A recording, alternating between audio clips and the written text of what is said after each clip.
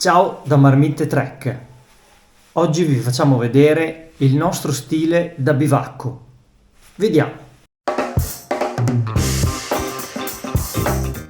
Vi facciamo vedere cosa ci portiamo dietro in un bivacco di un weekend, quindi di una notte fuori.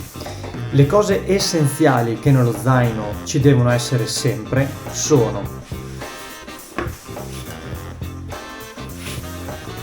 borraccia per tenere l'acqua. Per chi è più comodo c'è anche eventualmente la dry bag, la water bag, che sarebbe appunto il sacchetto di contenimento appunto dell'acqua con appunto una cosa molto comoda. Questo lo lasciamo nello zaino, beccuccino fuori che viene nella spalluccia dello zaino per bere, così non ti fermi mai o fai lo sforzo di cavarti lo zaino, visto che lo zaino mediamente è sempre pesante. Altra cosa importantissima, coltellino, questo non deve mai mancare, serve sempre, non perché devi fare chissà che, però questo è sempre utile, può servire. Kit pronto soccorso. Qui non ho, questi ce ne sono milioni di tipi in commercio, ognuno se lo può anche creare, si prende il suo astuccio, costa pochissimo e dentro ci mette quello che può servirgli, mediamente cerotti, garze, acqua ossigenata, cose comunque che possono servire per fare un minimo di sicurezza personale. Altra cosa che serve nel bivacco quasi mai c'è la luce, quindi frontale, comodissima, anche queste ce ne sono di miliardi di tipi, hanno delle funzioni basilari, lampeggio e la luce, durano tantissimo queste qui. Ce ne sono appunto, come dicevo, di tantissimi tipi. Noi l'abbiamo presa della headlamp, va benissimo, costa pochissimo perché comunque costa veramente poco, poi magari vi lascio i link in descrizione. Questo veramente è utilissimo perché nel bivacco, come dicevo, non c'è la luce, quindi questo è importantissimo. Metto tutto da parte e poi vi faccio vedere tutto assieme in modo da farvi anche rendere un'idea del volume che può andare a ingombrare questa soluzione che usiamo noi di Marmitte Trek. Sono col giubbotto, non ve l'ho ancora detto, e berretta perché sono in taverna, senza riscaldamento e quindi fa freddo. Bicchiere, questo è un bicchiere in acciaio inox con il doppio strato, quindi va anche sul fornello eventualmente, anche questo si può, sono quelle cose che non è che devono essere, diciamo, per forza di marca, queste possono essere anche di qualsiasi marca o non marca come questo qui, quindi questo deve tenere un liquido e quindi mettere anche sul fornello e tenere, diciamo, lontano dal calore interno dalle mani, quindi darlo leggermente, non ostinare, diciamo, le mani.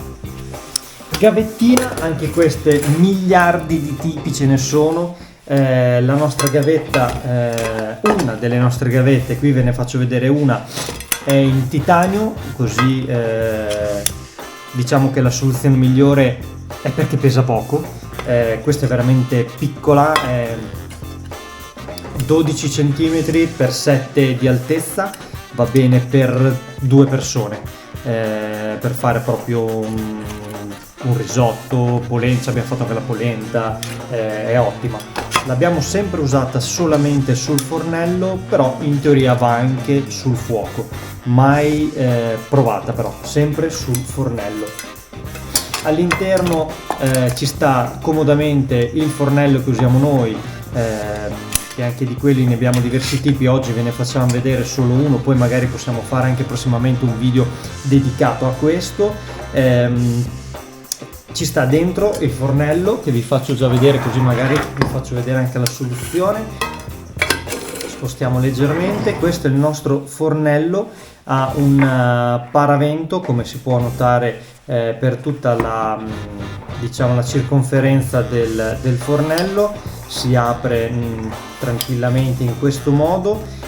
Questo tipo qui c'ha il pizzo elettrico, molto comodo, perché non serve così un accendino o quello che possa servire per accenderlo, quindi ha il suo pizzo elettrico, basta dargli, diciamo, l'alimentazione col gas e funziona. Ha un diametro per tenere appunto le nostre padelle che abbiamo in dotazione, con i dentini in modo da tenere un filino più salda la cosa. Questo fornello è più comodo rispetto magari a quelli che si montano sulla bombola, perché bene o male si può posizionare e regolare eventualmente se abbiamo delle rocce o il piano non esattamente lineare. Quindi questa è una soluzione molto più grande di quelli che si montano sulla bombola, però c'è il suo perché. Per queste cose che facciamo noi è ideale, è molto ideale. Ha la bombola distaccata, quindi non sotto come dicevamo o subito vicino, è distaccata, quindi si può regolare anche da lontano se appunto non si ha paura di bruciarsi. Bombola che in questo caso è una 410 ml, perché stavolta l'abbiamo presa grande, perché sono le uniche che ho trovato in commercio, essendoci un pochino di problemi di gas, di butano in commercio. Purtroppo mi sono dovuto adeguare, quindi non ci sta sia la bombola che il fornello con questa soluzione. Però con la soluzione da 170 ml, che basta tranquillamente per fare 2 notti, tranquillamente per cucinare 2-3 volte, anche caffè, colazione, quello che è, ci starebbe. In questo caso, essendo la bombola con una capienza molto più grande, non riusciamo a fare questa formula, se no sarebbe fantastica da farvi anche vedere, da farvi capire un attimo le misure che realmente ingombra questa soluzione. Però comunque si fa, una volta che li rimettono in commercio si può fare. Forchettina multiuso con cucchiaio in acciaio, ma questo è un di più, volendo si può usare anche le classiche in plastica, non assolutamente, io l'ho presa così giusto per sperare che durasse più nel tempo. Comunque si possono usare anche tranquillamente altre formule appunto di forchette, coltelli, quello che è. L'ultima cosa che è un extra, che questa è una cosa che volendo si può evitare di portare, ma noi da buon romagnoli o italiani che sia, appunto il caffè lo vogliamo buono, quindi non quelli solubili perché fanno veramente cagare, passatemi il termine, ma moka. Questa è una moka anche troppo, perché questa fa da 4 persone, 3 abbondanti, quindi sarebbe troppo, però abbiamo questa, quindi ci portiamo dietro questa senza andare a comprare altre cose. Questa è la nostra soluzione. Adesso vi faccio vedere tutto assieme in modo da farvi vedere un attimo la capienza. Questo è tutto l'equipaggiamento che ci portiamo di base per un bivacco di una notte. Volendo si può anche utilizzare tranquillamente per 2 notti, tranquillamente. L'unica cosa che cambia è l'acqua. La sacca che vi facevo vedere prima, che appunto è questa, tiene 2 litri di acqua, questa tiene 1 litro d'acqua, quindi per un bivacco di una notte basta anche per cucinare. Ovviamente l'acqua, come il vestiario, è una cosa personale, quindi va tutto in base all'allenamento che avete, a quanto avete bisogno di idratarvi. Questo, come il vestiario, come dicevo, è tutto individuale, quindi purtroppo non vi posso dare consigli. Il consiglio che vi diamo è che ovviamente in situazioni invernali l'acqua, come ben sapete, si può trovare o comunque ne serve meno. In situazioni estive ovviamente ne necessita di più. Questa è la normalità, quindi questo dipende tutto da voi, se 1, 2, 3, questo dipende da voi, come appunto si diceva. Noi per un bivacco di una notte, ma ci stiamo anche 2 notti normalmente, utilizziamo uno zaino da 40-45 litri. Ci sta tutto questo, compreso ovviamente la cosa più importante che ci tiene al caldo e al coperto, il sacco a pelo. Per quanto riguarda il sacco a peli, anche questo è un mondo immenso. Ve ne faccio vedere quelli che ho io, quindi quello che vi posso dire è solo sui miei. I sacchi a peli, anche questo, il sacco a pelo, sacco notte, sacco letto, chiamiamolo come dir si voglia, è anche questa una cosa individuale in base al freddo che noi sentiamo. Quindi ovviamente stando più caldi abbiamo bisogno di meno. Quindi con un sacco a pelo un pochettino più tecnico, un pochettino più grosso, abbiamo meno bisogno di vestirci sotto il sacco a pelo, quindi essere un pochettino più liberi anche nei movimenti. Quello che vi posso dire è quello che usiamo noi.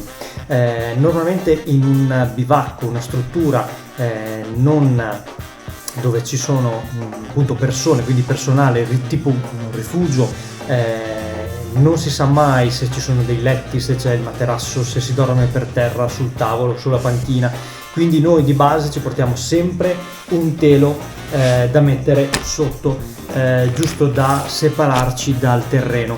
Questo è un telo normalissimo che si trova ovunque, da Amazon, da chi vende tende, da autoaccessori, ovunque. È un telo di plastica e questo ti può appunto prima di tutto isolare un filino dalla terra, dal pavimento, da dove appunto ci mettiamo a fare la notte, ma anche per eventualmente fare un tetto, quindi qualora dormiamo fuori ci dà anche un attimo di protezione dalla pioggia. Questo è appunto, questo è grande perché noi normalmente lo usiamo in 2-3 persone, quindi è un filino più grandino, ma eventualmente si può prendere anche singolo, o se no molti sono abituati a usare semplicemente il materassino, che è quello che appunto ci dà un pochettino più di sollievo, e anche quello ci dà una bella protezione di staccamento sicuramente dal terreno. Se andiamo in un rifugio o comunque in un bivacco attrezzato dove c'è il personale, normalmente ci sono anche coperte e il bivacco normalmente può anche essere un rifugio che sia riscaldato, quindi serve semplicemente un sacco letto. Io ho questo qui della Quechua perché ce l'ho sempre avuto ed è proprio un basilare grande, vero, però è proprio molto molto tranquillo. Fate conto che arriva, è un 10 gradi, 5-10 gradi, quindi di comfort, quindi proprio un velo.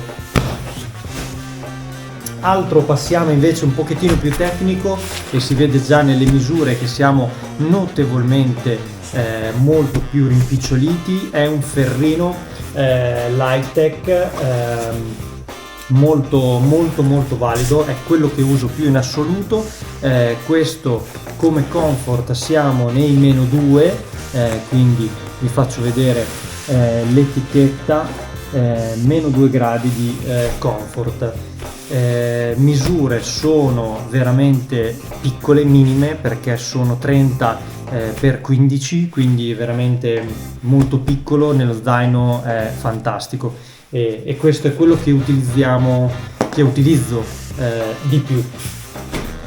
Andando avanti, l'ultimo arrivato in casa Marmite Trek, sempre della Ferrino, veramente da provare. Non l'ho ancora provato. Questo di comfort tiene -10 gradi. Sono tutti i sacchapeli che ho in dotazione, sono in sintetico, fibre di sintetico, quindi non sono piuma. Già questo si vede perché è veramente enorme, però questo deve tenere meno 10 e quindi bisogna che un pochettino grossino da qualche parte deve essere, quindi per forza è quello che mi aspetto da questo sacco pelo, che mi tenga al caldo, ma ancora mai provato, però ci sarà la possibilità prossimamente di provarlo sul campo e testarlo. Ultimo oggettino è il materassino. Pancherino. Materassino in questo caso è veramente piccolo, 200 grammi neanche, è proprio una roba leggerissima, giusto per avere un supporto a terra. Non è di una marca, l'abbiamo comprato proprio con pochi soldi. Questo si gonfia, non è quelli con il pedale, si gonfia a bocca semplicemente e ha un minimo, questa è la valvola. C'è anche il cuscino, cosa che non è il massimo, ovviamente anche questo è una soluzione che ognuno di noi ha le sue comodità. Il cuscino io lo tengo nei piedi, quindi all'opposto, perché mi tiene troppo alta la testa, o comunque se sei nel fianco non è comodo, o per dormire giù a pancia a terra non è comodo, quindi lo tengo nei piedi per questo motivo. È molto leggero, si stacca da terra, diciamo, si alza da gonfiato circa 5 centimetri, quasi, poco più o poco meno, e basta. Questa è appunto la soluzione che usiamo noi per i bivacchi con sacco pelo. Questo, volendo, si può mettere dentro il sacco pelo o se no si può mettere fuori. Mettendolo fuori fa un po' di rumore con il nylon del sacco pelo, mettendolo dentro ovviamente è un pochino più silenzioso però anche questo dipende da quello che vogliamo fare noi e anche il comfort che vogliamo avere. Lo zaino, come vi dicevo, normalmente usiamo un 40 litri, non ve lo mostro in questo video, ve lo mostreremo in altri video dove vi faremo vedere anche come posizionare magari meglio tutte le varie cose nello zaino, chi va per primo, chi dobbiamo mettere sotto, diciamo nella parte più sensibile, più a contatto se si appoggia lo zaino. Tutte queste cosine ve le faremo vedere poi in altri video. Se vi è piaciuto un like, iscrivetevi nel nostro canale, seguiteci, un saluto da Marmite Trek, ci vediamo al prossimo canale. Di seguito vi lasciamo alcuni link se vi volete appunto interfacciare con quello che abbiamo comprato noi, ci fa piacere, anche perché è un sostenimento per il nostro canale. Quindi grazie e ci vediamo al prossimo video. Ciao da Marmite Trek!